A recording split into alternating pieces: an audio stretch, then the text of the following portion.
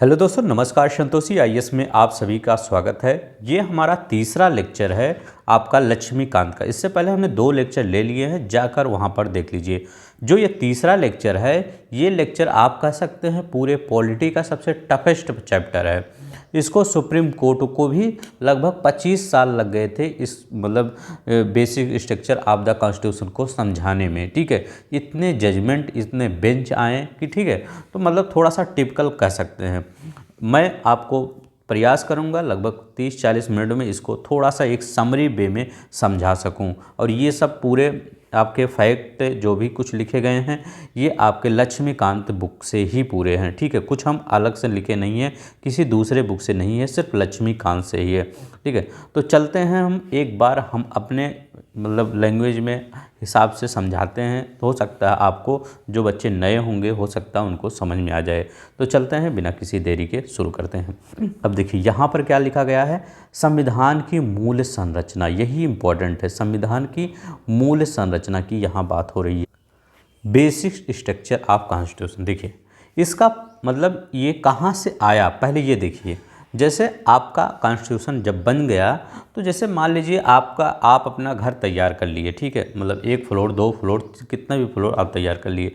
लेकिन कभी कभी हो सकता है बाद में 1 साल बाद आपको रियलाइज़ हो कि यहाँ पर जो ये जीना चढ़ा है, या ये यहाँ पर जो किचन है, इसको थोड़ा उस साइड होना चाहिए, थोड़ा सा अच्छा लगेगा। लोग आएंगे, थोड़ा सा किनारे रहेगा, अच्छा रहेगा। जो बीच में पड़ गया था किचन, ठीक है। तो इसी प्रकार से हमारा कॉन्स्टिट्यूशन भी था। कुछ जो ये किचन हमारा ये कॉन्स्टिट्यूशन था कि इसमें थोड़ा सा चेंज करने की भी ज़रूरत थी। तो तब इसके बाद क्या किया गया, सुप्रीम कोर्ट में भी केस जाने लगा। तो ये देखिए यहाँ पर पहले देखते हैं, फिर आगे देखते हैं। ये बेसिक चीज़ें हैं। आर्टिकल 368 के अंतर्गत संसद मौलिक अधिकारों में संशोधन कर सकती है या नहीं, यह सब विषय संविधान लागू होने के 1 वर्ष बाद सुप्रीम कोर्ट के समक्ष गया। ठीक है, अब देखिए क्या हुआ, विवाद शुरू कहाँ से हुआ। विवाद शुरू हुआ आर्टिकल 13 और आर्टिकल 368। ये दोनों याद रखिएगा, ये आर्टिकल 13 और आर्टिकल 368। इसमें कहा गया है, इसमें ये कहा गया है 13 में क्या कहा गया है, 13 में ये कहा गया, देखिए दोनों एक दूसरे के अपोजिट हैं। देखिएगा, पार्लियामेंट ऐसा कोई लॉ नहीं बना सकता जो फंडामेंटल राइट को वायलेट करता है या उसको कम करता है। ठीक है, ये आर्टिकल 13 में कहा गया है। और उसके अपोजिट जस्ट आर्टिकल 368 में क्या कहा गया है कि जो पार्लियामेंट को अमेंड करने की पावर देता है, 368 क्या है, जो पार्लियामेंट को किसी भी कानून को, किसी भी राइट आर्टिकल को अमेंडमेंट करने की पावर देता है, कॉन्स्टिट्यूशनल अमेंडमेंट। अब देखिए, फंडामेंटल राइट को चेंज कर सकता है। इसमें कहाँ कहा गया है, 368 में। एक बार यहाँ देखिए कहा गया है नहीं आप चेंज कर सकते, ना आप कम कर सकते हैं 13 में। और आर्टिकल 368 में कहा गया है चेंज कर। विवाद तो यहाँ से शुरू हुआ। ठीक है, अब देखिए पहला विवाद की जड़ कौन थी, क्योंकि कोई भी विवाद होगा तो उसका एक क्लू होता है कि वहीं से शुरू होता है। आया 1951 में फर्स्ट कॉन्स्टिट्यूशन अमेंडमेंट पास किया गया। ठीक है, ये कौन सा कॉन्स्टिट्यूशन अमेंडमेंट था, फर्स्ट कॉन्स्टिट्यूशन अमेंडमेंट। इसमें क्या किया गया, जो आर्टिकल 31 था, right to property, right to property था ना, उसको हटा दिया गया था। आर्टिकल 31 को हटा दिया गया। फिर क्या जोड़ दिया गया, आर्टिकल 31A जोड़ दिया गया, आर्टिकल 31B जोड़ दिया गया, आर्टिकल 19(1) क्लाज 1 और जी जोड़ दिया गया। अब देखिए इसका मतलब क्या है, आर्टिकल 31 में ये कहा गया, 31A में ये कहा गया कि गवर्नमेंट किसी की भी ज़मीन अब ले सकती है, एक्वायर कर सकती है। आर्टिकल 31 भी उसको उसी के हिसाब से पैसा दे सकती है। ठीक है, तो ये वो नहीं कह सकते कि कोई व्यक्ति नहीं कह सकता ये हमारा फंडामेंटल राइट है, तो हटा ही दिया गया है आपका वो ये आर्टिकल 31, तो कहाँ से फंडामेंटल राइट होगा। अब आर्टिकल 19(1) में कहा गया है, इसमें रिस्ट्रिक्शन की बात की गई है। गवर्नमेंट किसी भी बिजनेस को एक्वायर कर सकती है, कोई भी बड़ा बिजनेस है उसको एक्वायर कर सकती है। अब देखिए, जो ये आपका 1951 वाला अमेंडमेंट था, ये आपका ये राइट टू प्रॉपर्टी हट गया। इसी सबको देखते हुए चैलेंज किया गया। कहाँ पर चैलेंज किया गया, सुप्रीम कोर्ट में। अब देखिए यहाँ पर क्या कहा गया, एक मामला आता है, ये याद रखिएगा, ये आपके प्री के लिए वो इम्पोर्टेंट है। शंकरी प्रसाद मामला आया। अभी हमने क्या बताया कि ये 2 आर्टिकल थे, इसमें विवाद था और इनको मतलब आग देने का काम कौन कर दिया, 1951 का कॉन्स्टिट्यूशन अमेंडमेंट पास किया गया जिसमें राइट टू प्रॉपर्टी को हटा दिया गया। ठीक है, ये रिमूव कर दिया गया शंकरी प्रसाद मामले में। अब इसमें देखते हैं शंकरी प्रसाद मामले में क्या कहा जाता है। शंकरी प्रसाद मामले 1951 में फर्स्ट संशोधन अधिनियम 1951 की वैधता को चुनौती दे दी गई। मतलब यही जो कॉन्स्टिट्यूशन अमेंडमेंट था इसकी वैधता को क्या किया गया, चुनौती दे दी गई कि ऐसा नहीं कर सकते, क्योंकि राइट टू प्रॉपर्टी आपका फंडामेंटल राइट है, उसको कैसे हटा सकते हैं। इसी मतलब शंकरी प्रसाद मामले में ये कहा गया, मतलब इसी में शंकरी प्रसाद मामले में ये कहा गया, मतलब सुप्रीम कोर्ट ने ये डिसीजन नहीं दिया है लेकिन जो लेकर गया था वाद विवाद वो कहा गया। इसमें संपत्ति के आधार को कटौती की गई थी। तो इसमें क्या किया, शंकरी प्रसाद मामला जो 1951 का था इसने सही करार ददे दिया, कहा कि ये सही है, आपका राइट टू प्रॉपर्टी आपका हटा सकते हैं। तो मतलब उसने शंकरी प्रसाद ने क्या किया, आर्टिकल जो 368 है इसको ज़्यादा वैल्यू दिया, आर्टिकल 13 को कम वैल्यू दिया। इनका यही तो मतलब हुआ, क्योंकि जब शंकरी प्रसाद ने कहा जो आपने 1951 में फर्स्ट कॉन्स्टिट्यूशन अमेंडमेंट किया है उसमें 368 को ज़्यादा वैल्यू, क्योंकि फंडामेंटल राइट चेंज कर सकते हैं, इसमें कह रहे हैं नहीं चेंज करते, मतलब आर्टिकल 13 को हटा दिया गया। तो सब लोग पूछेंगे सर आप कैसे हटा सकते हो, क्योंकि ये भी आपका 13 भी फंडामेंटल, 368 भी है, ये भी आपके कॉन्स्टिट्यूशन में है। तो ये सुप्रीम कोर्ट ने कहा कि जो आर्टिकल 13 है ये ऑर्डिनरी लॉ में, मतलब जो आर्टिकल 13 में कौन से कानून आएंगे, जो ऑर्डिनरी लॉ वाला सामान्य कानून आएगा, 368 में ये आएगा जो आपका राइट टू प्रॉपर्टी है। ठीक है, तो इसमें तो आप कर ही सकते हैं। तो देखिए आर्टिकल 13 में ऑर्डिनरी और कॉन्स्टिट्यूशन जो अमेंडमेंट है ये 368 की बात है। तो यहाँ क्या हुआ, 368 को ज़्यादा तवज्जो दी गई, मतलब ज़्यादा तवज्जो मतलब ज़्यादा ऊपर रखा गया आर्टिकल 13 के कंपेयर में। अब देखिए यहाँ तक तो चला, इसके बाद क्या हुआ, 17वां constitution amendment act 9th schedule land reform act इसमें डाल दिया। अब देखिए इसमें क्या होता था, 9th शेड्यूल में जो सभी स्टेट थे, अभी तो ये हट गया, कौन क्या हट गया, ये राइट टू प्रॉपर्टी। तो सभी स्टेटों ने क्या किया, जो मतलब कोई भी आप कानून हो, मतलब ये इसी प्रॉपर्टी से रिलेटेड, लैंड रिफॉर्म से रिलेटेड, ये 9th शेड्यूल में डाल दिया गया। आप कहेंगे 9th शेड्यूल में क्या, मतलब 9वें अनुसूची में डाल दिया गया। क्यों, अब आप सोचेंगे 9वें अनुसूची में क्या डालने की ज़रूरत है। देखिए 9वां अनुसूची प्रोटेक्शन देता था, अगर कोई चीज़ 9वें अनुसूची में डाल दिया जाता है, क्योंकि उसी 1951 से इधर आया अनुसूची, अगर कोई 9वें अनुसूची में कोई डाल दिया जाता है, लैंड रिफॉर्म इसी में डाला गया, ये भी यहाँ पे प्री में पूछा जाता है, तो वो प्रोटेक्शन, उसको प्रोटेक्शन मिल जाता। प्रोटेक्शन मतलब वो फंडामेंटल राइट, मतलब उसको आप ये नहीं कह सकते कि ये फंडामेंटल राइट का वायलेशन कर रहा है। फिर वो 9th शेड्यूल में अगर चला गया तो फंडामेंटल राइट का वायलेशन नहीं करता। सुप्रीम कोर्ट ने ऐसा कहा कि वो फंडामेंटल राइट का वायलेशन नहीं कर रहा, वो आपका मतलब उस पर कानून आप रिफॉर्म कर सकते हैं, बना सकते हैं, कुछ भी कर सकते हैं, वो फंडामेंटल राइट का वायलेशन नहीं कर रहा है। इसमें क्या कहा, Sajjan Singh versus state of Rajasthan, 5 जजों की बेंच शंकरी प्रसाद के केस को सही माना, बट कुछ जज इससे सेटिस्फाई नहीं थे, जो 3-2 की थी। तो देखिए शंकरी प्रसाद जो जज था, शंकरी प्रसाद का जो मामला था, इन्होंने कहा था कि जो फंडामेंटल ये आपका राइट टू प्रॉपर्टी है, संपत्ति का अधिकार है, इसको सही माना था। तो इस सज्जन सिंह ने भी इसको सही माना, और 9th शेड्यूल में जो सभी स्टेट अपना ये विषय डाल रहे थे लैंड रिफॉर्म का, इसको भी सज्जन सिंह ने सही माना, और शंकरी प्रसाद के भी मतलब बेंच को सही माना था।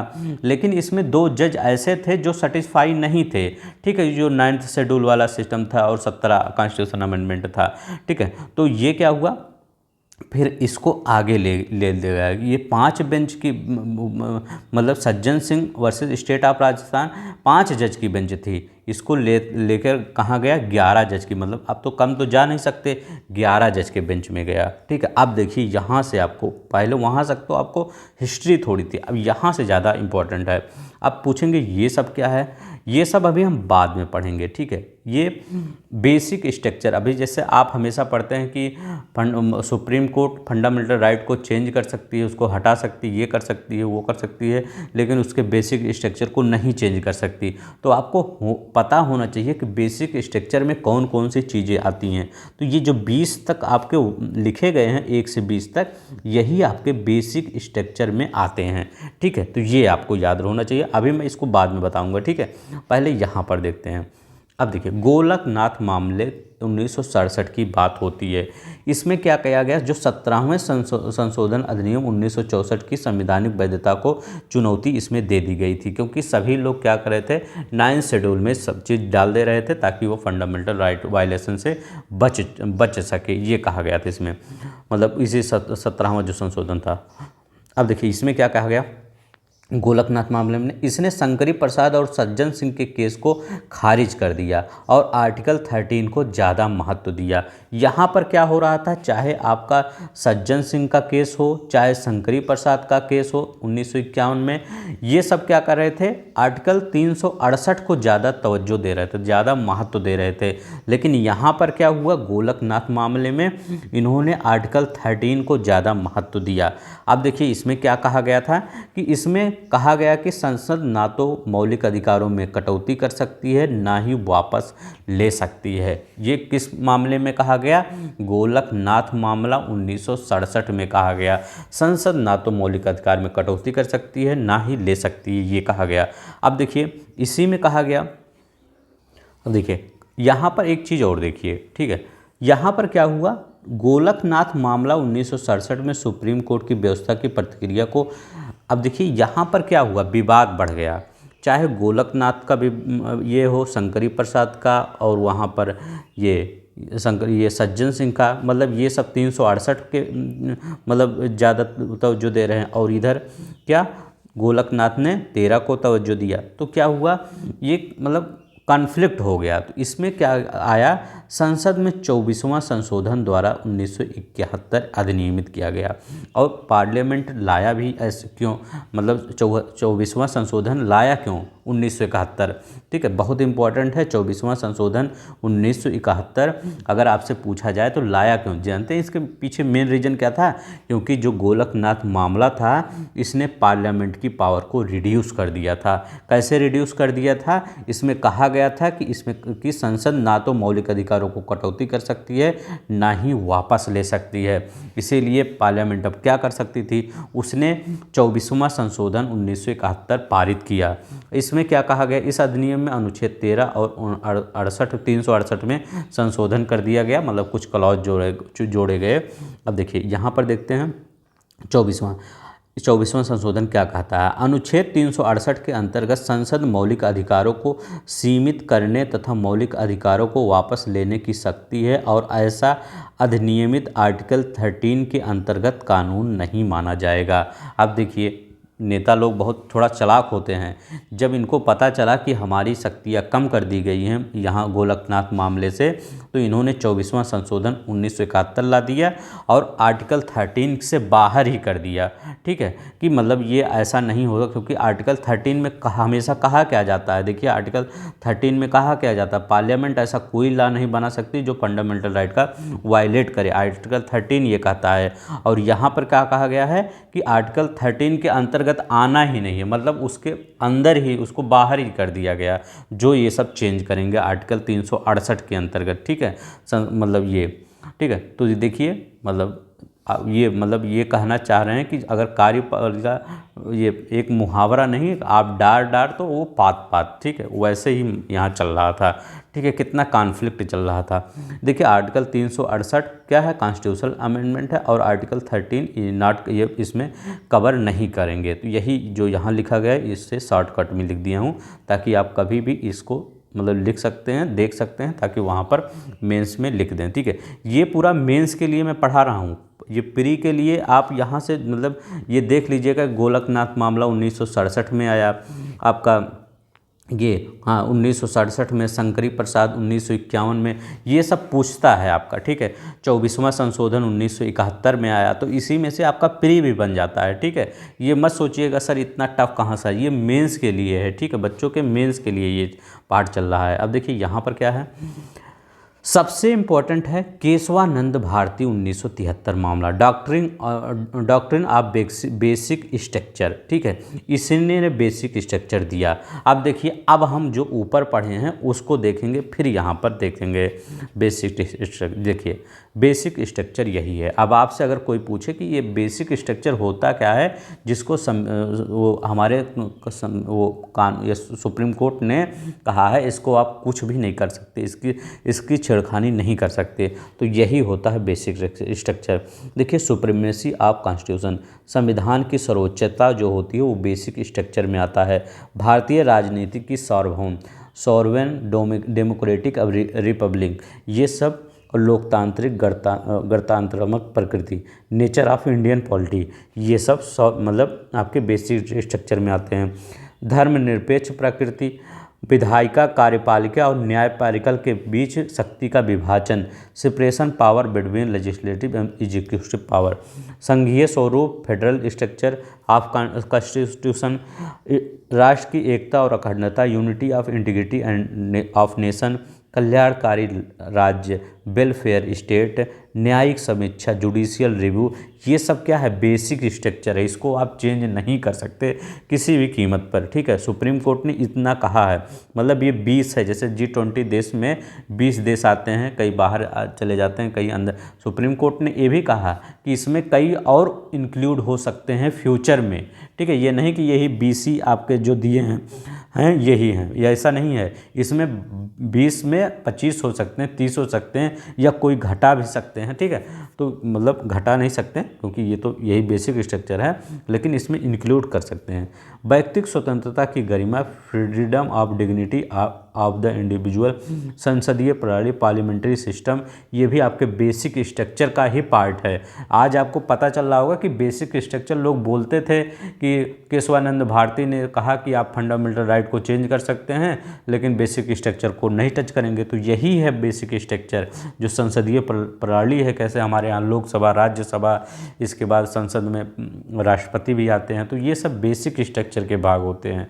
कानून का शासन, रूल ऑफ लॉ, मौलिक अधिकारों और डीपीएसपी के बीच जो ये संतुलन, सौहार्द है, उसको बनाए रखना बेसिक स्ट्रक्चर का पार्ट है। समानता का सिद्धांत बेसिक स्ट्रक्चर, स्वतंत्रता और निष्पक्ष चुनाव, फ्री एंड फेयर इलेक्शन। अभी जो इलेक्शन चल रहा है आपका मोदी जी वाला, मतलब मोदी जी वाला कह सकते हैं, मतलब पूरा वो लोकसभा वाला, ऐसे कह सकते हैं कि जो लोकसभा वाला इलेक्शन चल रहा है उसमें क्या है, वो आपका जो फ्री और फेयर इलेक्शन कराना, वो भी आपका बेसिक स्ट्रक्चर, इलेक्शन कमीशन का यह दायित्व तो बनता है कि आप फ्री एंड फेयर इलेक्शन कराएं, क्योंकि यह बेसिक स्ट्रक्चर है कॉन्स्टिट्यूशन का। न्यायपालिका की स्वतंत्रता, independence of judiciary, basic structure है। संविधान संशोधन की सीमित शक्ति, ये भी बेसिक स्ट्रक्चर है। न्याय तक प्रभावकारी पहुँच, ये भी है। मौलिक अधिकारों की आधारभूत सिद्धांत, article 32, 136, 141, 142, power of supreme court under the article, इतने हैं, ठीक है। ये सुप्रीम कोर्ट के सब पावर हैं। अंतर्गत सर्वोच्च न्यायालय की प्राप्त शक्ति है। अनुच्छेद 226, 227 के अंदर उच्च न्यायालय की शक्ति, ठीक है। ये भी आपका बेसिक स्ट्रक्चर के भाग हैं।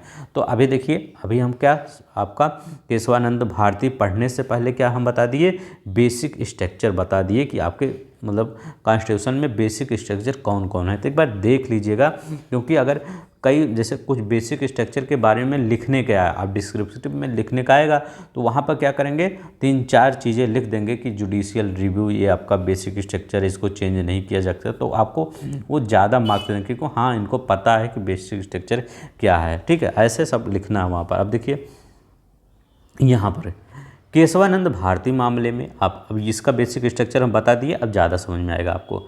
इन्होंने क्या किया, गोलकनाथ मामले 1967 को ओवर रूल कर दिया। क्या कर दिया, गोलकनाथ ने क्या कहा था, ये देखिए गोलकनाथ, ये गोलकनाथ ने इन्होंने कहा था कि संसद में इसमें कहा गया था कि संसद ना तो मौलिक अधिकारों में कटौती कर सकती है, न वापस ले सकती है, किसमें, गोलकनाथ मामले में। और इसने कहा, ये केशवानंद भारती में इसमें कहा गया गोलकनाथ मामले में 1967 को ओवररूल। इस ओवररूल मतलब क्या है कि इन्होंने कहा कि संसद फंडामेंटल राइट आपके उसमें कटौती कर सकती है, ठीक है, उसको कम कर सकती है, लेकिन उसमें और भी कहा गया कि बेसिक स्ट्रक्चर को टच नहीं कर सकती। और एक चीज़ और बताई कि 24वें संशोधन अधिनियम 1971 की वैधता को बहाल रखा और व्यवस्था दी कि संसद मौलिक अधिकारों को सीमित कर सकती है और वापस ले सकती है। तो यही जो 24वां संशोधन था, इसको बहाल पूरी तरह से रखा गया सुप्रीम कोर्ट के द्वारा ही, ठीक है। और लेकिन इसमें लेकिन जोड़ दिया गया, ठीक है। लेकिन में क्या है कि बेसिक स्ट्रक्चर को टच नहीं होना चाहिए, ठीक है। तो बेसिक स्ट्रक्चर मतलब किसी भी मौलिक अधिकार को आप चेंज कर सकते हैं, कम कर सकते हैं, कुछ भी करिए, लेकिन जो हम अभी 20 बेसिक स्ट्रक्चर बताएं उसको आप टच मत करिएगा, ठीक है। तो देखिए 24वां संशोधन में वो पार्लियामेंट के द्वारा लाया गया, लेकिन सुप्रीम कोर्ट ने भी उसमें थोड़ा सा प्रो एंड काज लगा के दे दिया यहाँ पर, ठीक है। तो बेसिक स्ट्रक्चर वाला ये। अब देखिए आपसे अगर पूछ सकता है कि ये केशवानंद भारती मामले में क्या क्या बताया गया कि इस बेसिक स्ट्रक्चर, तो अलग अलग बताया गया। जैसे केशवानंद भारती में ये बताया गया 9 प्रकार के बेसिक स्ट्रक्चर बताया गया। देखिए जो 9 प्रकार के बेसिक स्ट्रक्चर। इसके बाद एक नेहरू गांधी मामला है, इसमें भी कई प्रकार के बेसिक स्ट्रक्चर बताए गए। तो अभी मैं बताता हूँ उसको। अब देखिए ये केशवानंद भारती में ये बताया गया कि ये आपका संविधान की सर्वोच्चता ये बेसिक स्ट्रक्चर में आ जाएगी। विधायिका, कार्यपालिका, न्यायपालिका के बीच शक्ति का बंटवारा ये बेसिक स्ट्रक्चर में आएगा। राज्यात्मक लोकतांत्रिक स्वरूप वाली सरकार बेसिक स्ट्रक्चर में। धर्मनिरपेक्ष आपका सेकुलर जो भारत है वो बेसिक स्ट्रक्चर में आएगा। भारत की संघीय ये भी बेसिक स्ट्रक्चर में आएगा। भारत की संप्रभुता और गरिमा, व्यक्ति की स्वतंत्रता और गरिमा, कल्याणकारी राज्य, संसदीय प्रणाली, ये सब बेसिक, ठीक है, बेसिक स्ट्रक्चर आएगा कॉन्स्टिट्यूशन का। अब देखिए इंदिरा गांधी मामला 1975 का चुनावी मामला के रूप में विख्यात। क्या है इंदिरा गांधी मामला? इसमें क्या कहा गया? इस मामले में सर्वोच्च न्यायालय ने 39वें संविधान अधिनियम 1975 का प्रावधान को रद्द कर दिया, जिसमें कहा गया था क्या? प्रधानमंत्री लोकसभा अध्यक्ष से संबंधित चुनावी विवादों को सभी न्यायालय के क्षेत्राधिकार से बाहर कर दिया गया तथा न्यायालय को कहा गया यह बेसिक स्ट्रक्चर के, न्यायालय ने कहा कि यह बेसिक स्ट्रक्चर के खिलाफ है। अब देखिए इसमें क्या हुआ, 39वां संविधान संशोधन आया, ठीक है, वो 1975 में, वही जब इमरजेंसी के टाइम में, उसमें ये कहा गया मतलब पार्लियामेंट के द्वारा कि आप जो प्रधानमंत्री एवं लोकसभा अध्यक्ष के संबंधित चुनावी विवाद हैं उनको आप न्यायालय नहीं ले जा सकते, सुप्रीम कोर्ट, हाई कोर्ट कहीं नहीं ले जा सकते, ठीक है। ये कौन? चुनाव, बस ये लोकसभा अध्यक्ष और प्रधानमंत्री से संबंधित चुनावी विवाद। लेकिन इसको सुप्रीम कोर्ट ने कहा ये ओवर रूल कर रहे हैं, किसका? बेसिक जो आपका फंडामेंटल राइट का बेसिक स्ट्रक्चर है उसके खिलाफ है ये आप, तो इसे सुप्रीम कोर्ट ने इसको रद्द कर दिया, कहा ये गलत है। इसके बाद 42वां संविधान संशोधन अधिनियम पारित किया गया। इसमें क्या गया? 368 को संशोधित कर यह घोषित किया गया कि संसद विधायी शक्तियों की कोई सीमा नहीं है। किसमें कहा गया? 42वें संविधान संशोधन अधिनियम पारित किया गया और कहा गया कि संसद की जो विधायी शक्ति है उसकी कोई सीमा नहीं है। देखिए पार्लियामेंट वाले और आगे बढ़ गए थोड़ा सा। अब देखिए सुप्रीम कोर्ट यहाँ क्या करता है, यहाँ देखिए इस चैप्टर में दोनों की लड़ाई चलती रहती है। किसकी? सुप्रीम कोर्ट की, मतलब न्यायपालिका और कार्यपालिका की लड़ाई असली वाली देखने को अगर चाहिए तो यहीं देखने को मिलती है, ठीक है। अब देखिए संसद की विधायी शक्ति की कोई सीमा नहीं और किसी भी संविधान संशोधन को न्यायालय में चुनौती नहीं दी जा सकती किसी आधार पर, चाहे वह मौलिक अधिकारों का उल्लंघन की ही क्यों ना हो। अब देखिए फिर सुप्रीम कोर्ट आया पिक्चर में, उसने कहा एक केस आया मिनर्वा मिल केस 1980, ये याद रखिएगा, मिनर्वा मिल्स केस 1980 ने इस प्रावधान को अमान्य कर दिया गया क्योंकि इसमें न्यायिक समीक्षा का कोई स्थान नहीं था, ठीक है। मिनर्वा मिल्स मतलब इसने कहा कि ये जो आपका ये है इसमें न्यायिक समीक्षा का कोई वो स्थान नहीं है, इसको लिए उसको रद्द कर दिया, मतलब कोई चीज़ लेकर आपको सुप्रीम कोर्ट ने इसको रद्द कर दिया। अब देखिए मिनर्वा मिल्स केस 1980 बहुत इंपॉर्टेंट है, बहुत बार प्री में क्वेश्चन पूछा जाता है कि मिनर्वा मिल्स केस कब आया। ठीक है, तो ये 1980 में आया। इसके बेसिक स्ट्रक्चर की अगर बात करते हैं, इसमें कहा गया है मिनर्वा मिल्स केस में, जैसे आपका यहाँ केशवानंद भारती में इतनी चीज़ें कही गई 9, अब मिनर्वा मिल्स में ये सब कहा गया कि संसद कि संविधान संशोधन की सीमित शक्ति होनी चाहिए, न्यायिक समीक्षा, फंडामेंटल राइट और डीपीएसपी के सिद्धांतों के बीच सौहार्द और संतुलन बना रहना चाहिए। ये मिनर्वा मिल्स केस की बात करते हैं। सेंट्रल कोलफील्ड लिमिटेड मामला 1980, ये क्या है, न्याय तक प्रभावकारी पहुंच। तो ये इसमें ये याद रखिएगा सिर्फ बस कि सेंट्रल कोलफील्ड लिमिटेड मामला 1980 कब आया, 1980 में, ये न्याय तक प्रभावकारी पहुंच ये आया। ठीक है, ये सब ऐसा मत सोचिएगा, ये आपके लक्ष्मीकांत बुक में ऐसे ही दिया गया है। ये पूछ लेता है भीम सिंह मामला कब आया, 1980। भीम सिंह मामला किससे रिलेटेड है, तो वहाँ पर ऑप्शन दिया रहेगा कल्याणकारी राज्य और सामाजिक आर्थिक न्याय से संबंधित है। तो भीम सिंह जी मामला 1980 कल्याणकारी राज्य और सामाजिक आर्थिक न्याय से संबंधित है। अगर आपसे पूछे कि एसपी संपत कुमार मामला 1986 किससे संबंधित है, कानून का शासन और न्यायिक समीक्षा से संबंधित है। एसपी संपत्ति वो कानून का शासन नहीं, मतलब इन्होंने बेसिक स्ट्रक्चर में इस चीज़ को रखा कि कानून का शासन होना चाहिए और न्यायिक समीक्षा यहाँ भी है। ठीक है, तो मिनर्वा मिल्स में कई बार क्वेश्चन आया है कि न्यायिक समीक्षा किससे रिलेटेड है, तो मिनर्वा मिल्स बताएंगे 1980 से। सबसे ज़्यादा क्वेश्चन ये पूछा जाता है इंदिरा साहनी वाला और क्योतो होलोन मामला, ये बहुत पूछा जाता है। अभी देखिए उसका क्वेश्चन, अब मैं क्वेश्चन यहाँ प्री का नहीं लाता, जो 8 बजे वाला वीडियो आता है उसमें रहता है प्री का। ठीक है, ये सिर्फ मैं मेंस के लिए ही बताता हूँ कि थोड़ा सा आपको आइडिया। अब देखिए इसको पढ़ने के बाद आप जाइए मेंस मतलब जो बुक है उसको पढ़िए, बहुत आनंद आएगा आपको पढ़ने में। दिल्ली जुडिशियल सर्विस एसोसिएशन मामला 1991 में, इसके अंतर्गत न्यायिक शक्ति मतलब जो वहाँ पर दिया था ये दिल्ली जुडिशियल सर्विस के अंतर्गत लाया गया था। ठीक है, ये वाला पार्ट। इंदिरा साहनी मामला 1992 में, ये याद रखिएगा, इंदिरा साहनी मामला 1992 में, ये कानून का शासन, कुमार पद्म प्रसाद, इसमें क्या न्यायपालिका की स्वतंत्रता को बताया गया बेसिक स्ट्रक्चर। ये सबसे ज़्यादा इंपॉर्टेंट है। क्योतो होलोन मामला 1992 में, दल बदल के मामले, यही पूछा जाता है ये क्योतो होलोन मामला किससे है, दल बदल मामले में चर्चित हुआ था। स्वतंत्र निष्पक्ष चुनाव होना चाहिए, संप्रभुत्व लोकतांत्रिक गणतांत्रिक ढांचा। तो सब यही सिर्फ इतना याद रखिएगा। क्योतो होलोन मामला, हेलो होन मामला 1992 में आया दल बदल के रूप में। ठीक है, तो ये इम्पोर्टेंट है। और इंदिरा साहनी वाला 1992 में इम्पोर्टेंट है, और ये यहाँ पर इम्पोर्टेंट है। मिनर्वा मिल्स 1980 वाला याद रखिएगा, डेट याद रखिएगा 1980 में।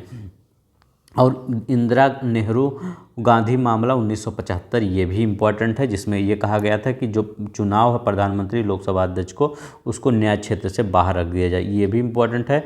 जो इम्पोर्टेंट कह रहा हूँ उसको याद ही रख लीजिए। ठीक है, इसके बाद केशवानंद भारती 1973। ठीक है, ये भी इम्पोर्टेंट है क्योंकि इन्होंने गोलकनाथ जो मामला था उसको ओवर रूल कर दिया गया था कि आप बेसिक स्ट्रक्चर में चेंज नहीं कर सकते, और वैसे भी फंडामेंटल राइट में चेंज कर ही सकते हैं, कोई दिक्कत नहीं है।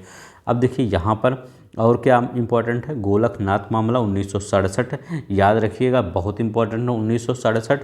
इसके बाद शंकरी प्रसाद सज्जन सिंह, ये मामले तो ठीक है। तो आज के लिए बस इतना ही।